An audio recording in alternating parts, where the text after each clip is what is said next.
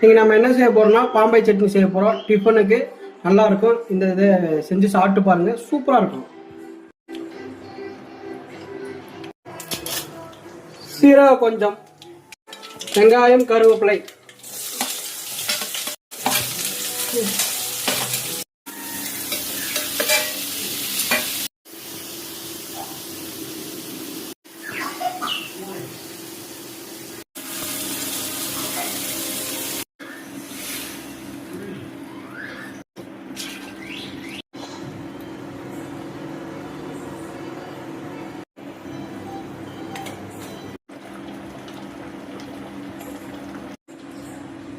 பக்காவான பாம்பே சட்னி ரெடி.